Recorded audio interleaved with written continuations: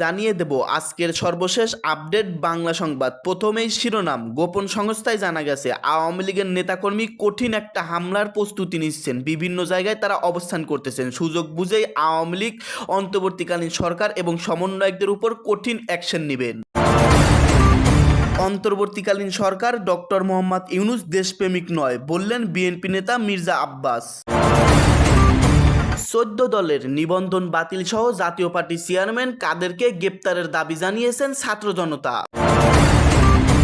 সর্বশেষ জানবেন, মির্জা ফখরুল ইসলাম বলেছেন আওয়ামী লীগ নিষিদ্ধ চেয়ে প্রধান উপদেষ্টা ডক্টর ইউনূসকে বারবার পত্র দিয়েছেন বিএনপি।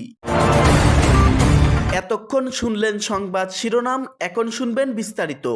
অন্তর্বর্তীকালীন সরকার দেশপ্রেমিক নয় বলেছেন মির্জা আব্বাস। অন্তর্বর্তীকালীন সরকার দেশপ্রেমিক সরকার নয় বলে মন্তব্য করেছেন বিএনপির স্থায়ী কমিটির সদস্য মির্জা আব্বাস। সোমবার ১২ মে জাতীয় প্রেস ক্লাবে বিএনপি নেতা নাসির উদ্দিন পিন্টুর ১০তম মৃত্যুবার্ষিকী উপলক্ষে আয়োজিত এক স্মরণসভায় তিনি এসব কথা বলেন।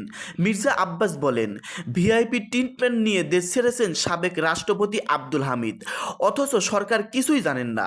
তারা কি জানে তাহলে? আওয়ামী লীগ নেতাদের দেশ ছাড়ার ঘটনা আড়াল করতেই শাহবাগে নাটক সাজানো হয়েছিল। প্রশাসনে বিএনপি সমর্থিতদের না রাখার ষড়যন্ত্র হচ্ছে বলে অভিযোগ তুলেন মির্জা আব্বাস। বলেন, ১৭ বছর যাদের কাছে নির্যাতিত হয়েছে বিএনপি, এখন তাদের পুনর্বাসন করবে যারা এমন কথা বলেন, তারা বিএনপিকে হিংসা করে। আমার প্রশ্ন, সচিবালয়ের ভিতর এখনও আওয়ামী লীগের লোকেরা কি করে? প্রশাসনে হয়তো জামাত নয় আওয়ামী লীগ, বিএনপিকে বাদ দেওয়া হচ্ছে সব জায়গা থেকে।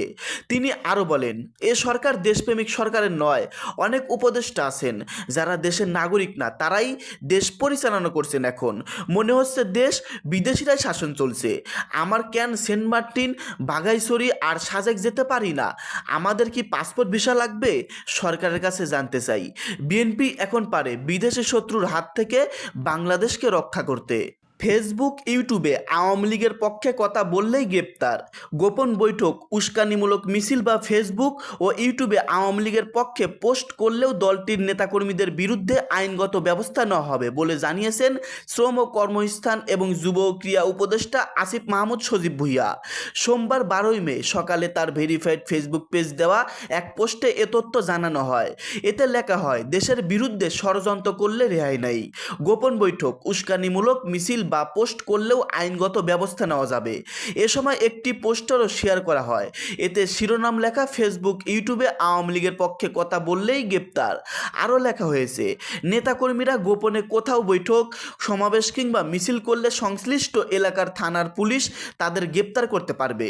বর্তমানে শুধু মিছিল সমাবেশ নয়, ফেসবুক, ইউটিউবে কেউ আওয়ামী লীগের পক্ষে কথা বললেও তাকে গ্রেপ্তার করা যাবে। বিদেশ থেকে যারা আওয়ামী লীগের পক্ষে ফেসবুকে পোস্ট দেবেন, কমেন্ট করবেন, তাদের বিরুদ্ধেও মামলা করা যাবে বলে উল্লেখ করা হয়। উল্লেখ্য, ছাত্র জনতা ও বিভিন্ন রাজনৈতিক দল এবং সংগঠনের আন্দোলনের মুখে শনিবার আওয়ামী লীগের সব কার্যক্রম নিষিদ্ধ ঘোষণা করার সিদ্ধান্ত নিয়েছেন অন্তর্বর্তীকালীন সরকার।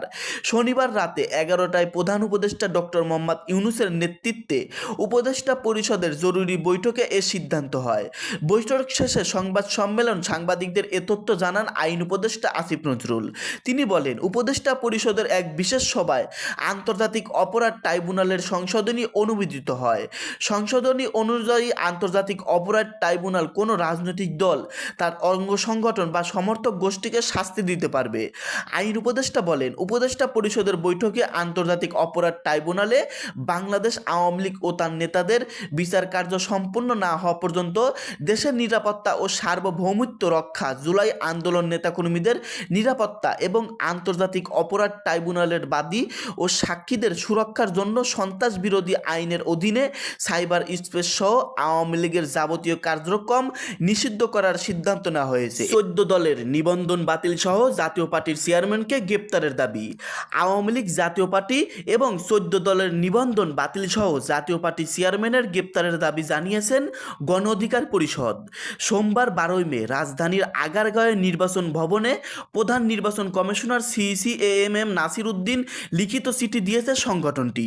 গণ অধিকার পরিষদ জানায়, আন্তর্জাতিক অপরাধ ট্রাইব্যুনালে আওয়ামী লীগের বিচার সম্পন্ন না হওয়া পর্যন্ত দেশের নিরাপত্তা ও সার্বভৌমত্ব রক্ষায় সন্ত্রাসবিরোধী আইনের অধীনে দলটির যাবতীয় কার্যক্রম নিষিদ্ধ করার সিদ্ধান্ত নিয়েছেন অন্তর্বর্তীকালীন সরকার।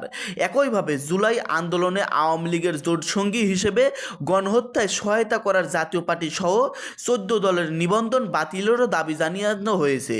চিঠিতে উল্লেখ করা হয়, গত 16 বছরে আওয়ামী লীগ একদলীয় শাসন কায়েম করেছে এবং জাতীয় পার্টি সহ 14 দল এ শাসনকে সহযোগিতা করেছে। এছাড়া পরপর 3টি একতরফা নির্বাচন অংশ নিয়ে তারা জনগণের ভোটার অধিকার হরণ করেছে।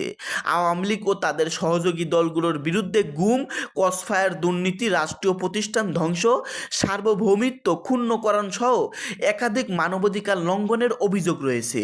তাই আওয়ামী লীগ ও তার জোটসঙ্গী প্রত্যেকটি দলের নিবন্ধন বাতিল করার আহ্বান করছেন গণ অধিকার পরিষদ।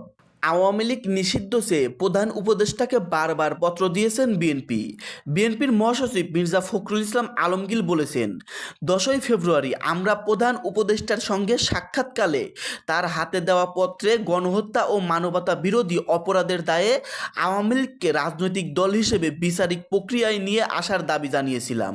তিনি বলেন, 16ই এপ্রিল প্রধান উপদেষ্টার সঙ্গে সর্বশেষ সাক্ষাৎকালেও তার হাতে দেওয়া পত্রে আমরা পতিত ফ্যাসিবাদী দল ও সেই দলীয় সরকারের সঙ্গে যারাই যুক্ত ছিল তাদের বিচার দ্রুত শেষ করে দেশের রাজনীতি ময়দানকে জুলুমমুক্ত করার দাবি জানিয়েছি।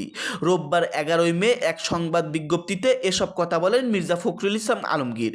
বিএনপির মহাসচিব বলেন, আলোচনায় আমরা স্পষ্ট করে বলেছিলাম যে আইনি প্রক্রিয়াতেই ফ্যাসিবাদী দল আওয়ামী লীগকে নিষিদ্ধ করা সম্ভব ও উচিত। বিভিন্ন সভা সমাবেশ ও আলোচনায় আমরা আমাদের এসব দাবি বারবার উপস্থাপন করেছি।